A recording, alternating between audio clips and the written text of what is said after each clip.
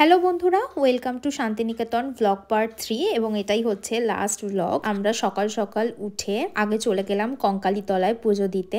শান্তিনিকেতন বেড়াতে যাব আর কঙ্কালীতলায় পুজো দিতে যাব না, এটা কি হতে পারে? কখনোই না। তন্ত্র চূড়ামতির মতে এটি হলো 28 নম্বর সতীপীঠ। কারো মতে সতীর কটিদেশ বা কোমরের অংশ এই কুণ্ডে পড়েছিল, আবার কেউ কেউ বলে সতীর অস্থি পড়েছিল।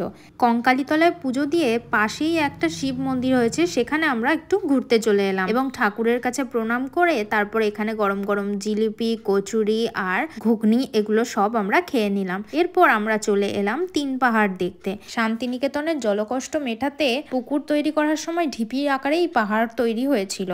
এরপর আমরা দেখলাম তালধ্বজ, একটি তাল গাছকে কেন্দ্র করে মাটির তৈরি বাড়ি। তারপর উপাসনা গৃহ এবং তার সামনের যে ফুল বাগান সেটাকে আমরা রাস্তা থেকেই দেখে নিলাম। তারপর সকলের পছন্দের সেই ছাতিম তলা সেটা আমরা ঘুরতে চলে গেলাম। তারপর অরিজিনাল যে শান্তিনিকেতন সেটাও একটু দেখলাম এবং বিশ্বভারতী মিউজিয়াম দেখতে চলে এলাম। এই মিউজিয়ামকে বিভিন্ন জন বিভিন্ন নামে ডাকে। এখানে ভেতরে ছবি তোলা অ্যালাউ না, তাই আমি কিছু তুলে আনিনি। তারপর আমরা চলে গেলাম উদিচি, অর্থাৎ রবীন্দ্রনাথ ঠাকুরের বাড়ি। 6টা বাড়ি ছিল এখানে, এটাকে ঋতু বাড়িও বলা হয়। প্রত্যেকটা ঋতুতে উনি 2 মাস করে এক একটা বাড়িতে থাকতেন। এই ফুলগুলো কি সুন্দর না? এই ফুলের ছাউনিটা টপকে একটু যেতেই আমরা দেখতে পাই রবীন্দ্রনাথ ঠাকুরের ব্যবহৃত একটা পুরোনো দিনের গাড়ি রাখা আছে। সেটাকে দেখার পর আমরা একটু রেস্ট নিচ্ছিলাম, অনেক পা ব্যথা করছিল সবার। আর আমি একটু তোমাদেরকে ফুল বাগানগুলো দেখাচ্ছি উদিচির আশপাশে। অনেক সুন্দর সুন্দর ফুল ফুটেছিল এবং আমরা একটু ঠান্ডার ওয়েদারে গেছিলাম, তাও কিন্তু এখানে চড়া রোদ একদম মাঠটায়। এখানে সারি দিয়ে বিভিন্ন রকমের সুন্দর সুন্দর গাছ ছিল, বড় বড় মাটির বাড়ি ছিল। এরপর আমরা অমর্ত্য সেনের বাড়ি দেখে সৃজনী শিল্পগ্রামে চলে এলাম। তোমরা এখানে প্রবেশ করার আগেই খুব ভালোভাবে বুঝতে পেরে যাবে যে শিল্পের এক অপরূপ সৌন্দর্যের জগতে তোমরা প্রবেশ করতে চলেছো। তাই এন্ট্রি টিকিট কেটেই চটপট ঢুকে যাবে ওখানে এবং অনেক সুন্দর সুন্দর শিল্পকলার নিদর্শন তোমরা এখানে পেয়ে যাবে। সাথে বাউল গান তো আছেই।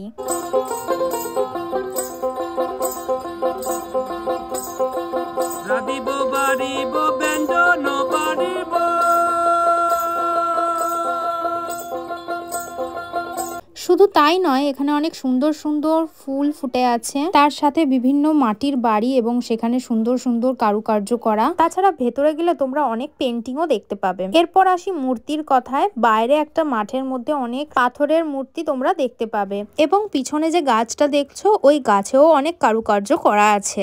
এই শিল্পগ্রামটা অনেক বড় জায়গা জুড়ে বিস্তৃত। এখানে তোমরা প্রত্যেকটা জায়গার কালচারগুলো দেখতে পাবে, যেমন ধরো আসাম, উড়িষ্যা, পশ্চিমবঙ্গ, আন্দামান, মণিপুর, মিজোরাম ইত্যাদি।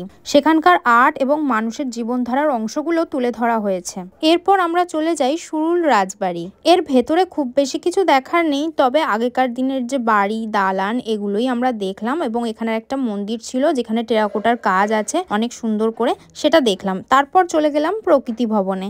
এখানে এসে সত্যি কথা বলতে কি ভীষণভাবেই নিজেকে অশিক্ষিত মনে হচ্ছিল, কেননা কোনো আর্ট আমি চিনতে পারছিলাম না। এই প্রকৃতি ভবনে প্রকৃতি থেকে পাওয়া বিভিন্ন পাথরকে তুলে এনে রাখা হয়েছে এবং সেটার একটা নাম দেওয়া হয়েছে, এটুকু আমি বুঝতে পেরেছি। যেমন এটা হচ্ছে ময়ূর, রাধাকৃষ্ণ, তারপরে হাতি, আরো অনেক কিছু। ওভারঅল দেখতে এরকমই পুরো প্রকৃতি ভবনটা, তাই বেশি সময় নষ্ট না করে ওখানে তাড়াতাড়ি ঘুরে মোটামুটি দেখে আমরা চলে গেলাম। ওর পাশেই আছে একটা বুদ্ধ মূর্তি, এটা নতুন তৈরি করা হয়েছে। এবং এরপর আমরা চলে আসি আবার সোনাঝুরির হাটে, আর ওখান থেকে বেরিয়ে মা ফুচকা খায় এবং আমাদের কিছু জিনিস কেনার ছিল, কিনে আমাদের আজকের দিনটা শেষ হয়ে যায়। পরের দিন সকাল সকাল চেক আউট করে আমরা বেরিয়ে আসি এবং বোলপুরের শান্তিনিকেতন স্টেশনে এসে খানিকক্ষণ অপেক্ষা করি এবং সেখানে বাবা মা বসে বসে অপেক্ষা করছিল আর আমি তোমাদেরকে সেখানের কিছু কারুকার্যের ছবি দেখালাম। আমরা শান্তিনিকেতন এক্সপ্রেসে করে ফিরেছি। গাড়িতে উঠেই প্রথমে মা একটু ফোনে কি সব দেখছিল, তারপরে আমরা একটু বাইরের দৃশ্য দেখছিলাম এবং একটু খিদে পাওয়ায় ঝালমুড়ি কিনে খেয়ে নিলাম।